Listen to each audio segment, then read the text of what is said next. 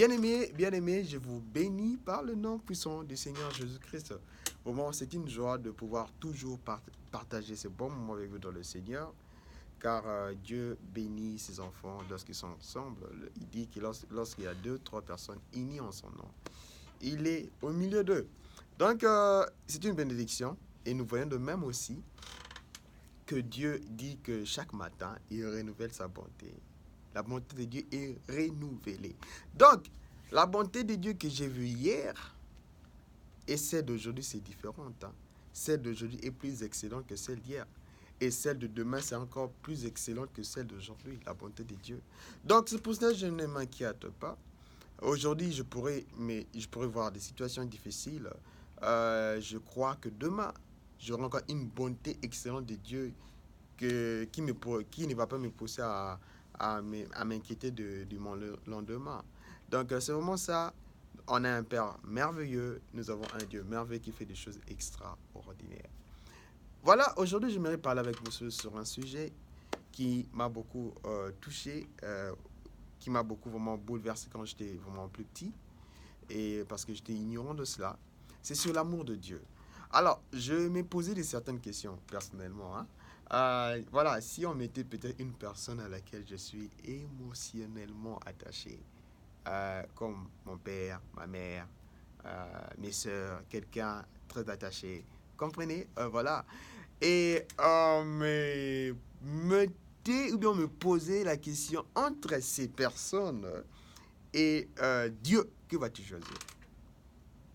Donc, voilà, il arrive des moments où tu dis, voilà, parce que je suis chrétien, voilà, je dis, voilà, je choisirai Dieu, voilà, Dieu, voilà. Mais j'étais vraiment très sincère avec moi. Très sincère. Très sincère avec moi, personnellement. Et je me suis dit, non,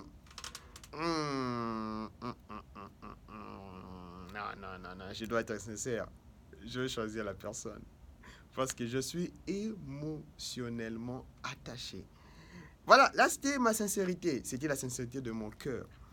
Et je me disais, oui, voilà, c'est la personne, parce que je suis très attaché à la personne, mon père, ma mère, quelqu'un d'autre. Et voilà, je dirais la personne. Et bien, je me suis dit, mais que faire? Parce que Dieu me recommande de lui aimer de tout mon cœur, de toute mon âme et de toutes mes pensées. C'était ça, je voulais atteindre ce stade-là. Alors, j'ai eu à beaucoup m'inquiéter sur cela.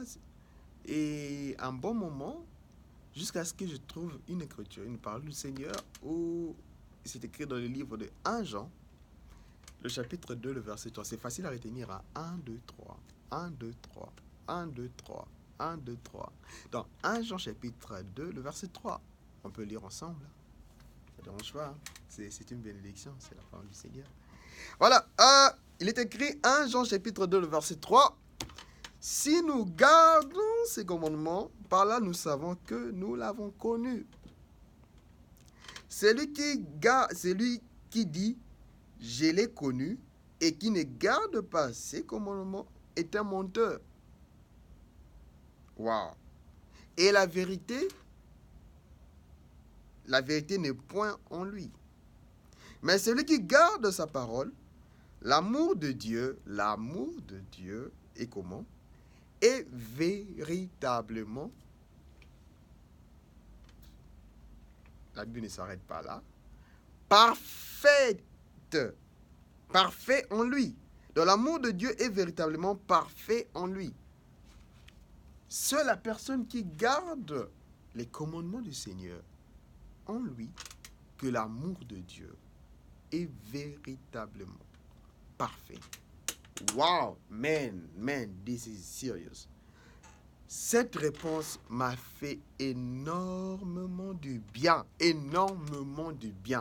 Alors je me suis dit, justement, le simple fait de garder la parole du Seigneur dans son cœur, l'amour de Dieu est une vérité parfaite en soi. C'est une vérité parfaite en soi. Lorsqu'une personne te dit, aimes-tu Dieu? Oui, prouve-le, parce que je garde ses commandements en moi. C'est ça l'amour de Dieu.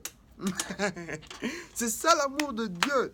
Ça a été une révélation, quelque chose, une bénédiction. C'est pour ça que j'aimerais bien que tu la reçoives aussi.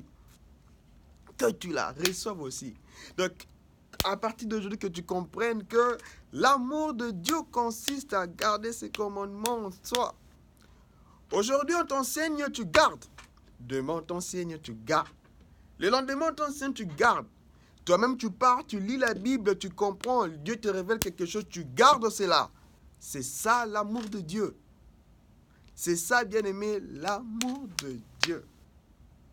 Simplement, garder la parole du Seigneur, ses commandements en toi. C'est ça l'amour de Dieu. C'est pour cela même Paul recommande à Timothée, Timothée, garde le dépôt. Garde le dépôt. Garde le dépôt. Même Jésus croissait en stature et en sagesse devant Dieu et devant les hommes.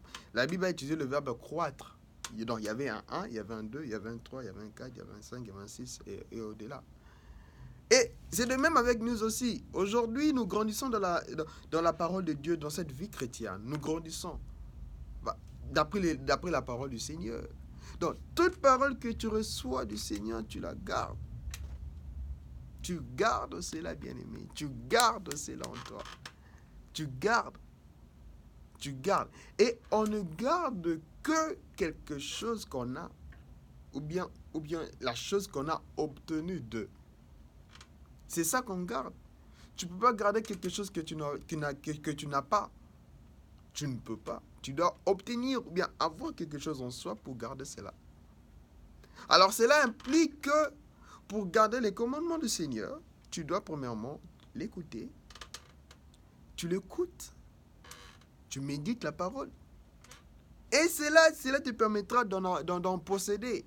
Et quand on possède, tu gardes. Tu gardes. Et maintenant, toi qui n'aimes pas écouter la parole du Seigneur, et toi qui n'aimes pas méditer la parole du Seigneur, et tu prétends dire que tu as l'amour de Dieu. Non, non, tu ne médites pas, tu ne lis pas, tu n'entends pas. Tu n'as pas l'amour de Dieu. Et d'ailleurs, tu ne le connais pas parce que si tu dis que tu connais Dieu et que sa parole n'est pas en toi, does not make sense. Il n'y a pas de sens en cela. Il n'y a pas de sens. Donc, tu dois méditer la parole du Seigneur. Tu dois l'écouter.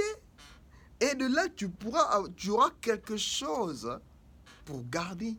Et quand tu gardes, c'est là où il y a l'amour de Dieu. Parce qu'il y a beaucoup de gens qui viennent à l'église. Beaucoup de gens aussi écoutent. Beaucoup de gens méditent. Mais ils ne le gardent pas en soi. Mais c'est là la différence des choses. Lorsque tu écoutes la parole du Seigneur, lorsque tu médites la parole du Seigneur, et que tu es dans une mesure de la garder en soi. C'est ça, cet endroit-là, c'est là maintenant la grande partie des choses. Lorsque tu arrives dans ce stade-là maintenant de garder ce que tu reçois, là, l'amour de Dieu est en toi. Et c'est une vérité qui est parfaite. C'est l'exemple que je me dis deux fois. Elle est drôle. Il est drôle l'exemple, excusez-moi. Tu vas à l'université pendant, je ne sais pas moi, durant tout ton cursus de 3 ans, 4 ans. Et de cela, tu passeras des moments, tu vas payer tes minervales, tes frais académiques. Voilà. Et en fin de compte, on te remet justement un papier. Imaginez-vous un peu. Donc, tous tes efforts, ton travail, tu t'es donné à fond. À fond. Voire, tu as fait des nuits blanches. Tu n'as pas mangé. Tu n'as pas fait ceci. Tu n'as pas fait cela. Enfin, on te donne justement un papier. Bien aimé. Soyons sincères. C'est pas juste. Juste un papier. Et le papier en question n'équivaut même pas, en termes de prix, à même pas le frais tes frais académiques, même d'une année. Non. Non. Non. Non. Le papier qu'on nous remet, le certificat, bien le diplôme qu'on a après, c'est équivaut presque à rien. Vous voyez. Mais en fait, c'est quoi? Le fait de te remettre le papier, ce n'est qu'un témoignage. On témoigne justement. On témoigne un fait qui est là.